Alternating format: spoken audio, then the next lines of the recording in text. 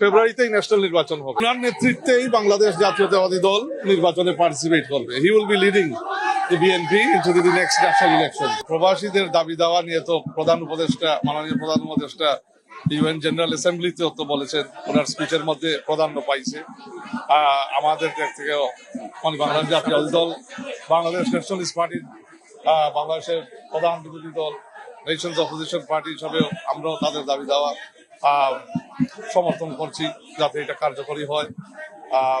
তো এখানে তো আপনারা জানেন, the chief advisor took a delegation that represented the entire Bangladesh.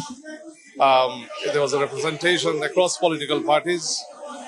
So it was to show that Bangladesh is unified and Bangladesh stands high in the international fora, representing its national interests, led by the Honorable Chief Advisor of the interim government. কোনো সংখ্যা নেই, interim সরকার যথেষ্ট আন্তরিক আছে, মানে এটা টাইমেই হওয়ার জন্য। এখানে বিরোধী দল হিসাবে আমাদেরও সমর্থন আছে।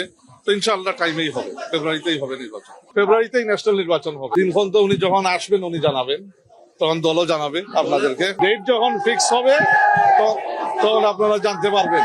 অবশ্যই ওনার নেতৃত্বেই বাংলাদেশ জাতীয়তাবাদী দল নির্বাচনে পার্টিসিপেট করবে। He will be leading the BNP into the next national elections, general elections.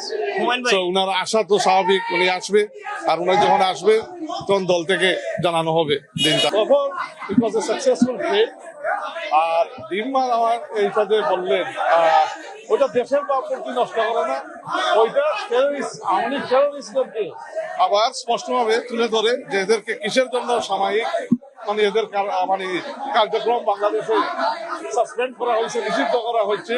এই এভিডেন্স গুলো আমার এই সিদ্ধান্তকে আমি প্রমাণ করে যে এই সিদ্ধান্ত সঠিক সিদ্ধান্ত। এটা মূলত ত্রুটি সরকারের কোঅর্ডিনেশনের, ওখানকার এম্বাসির কোঅর্ডিনেশনের।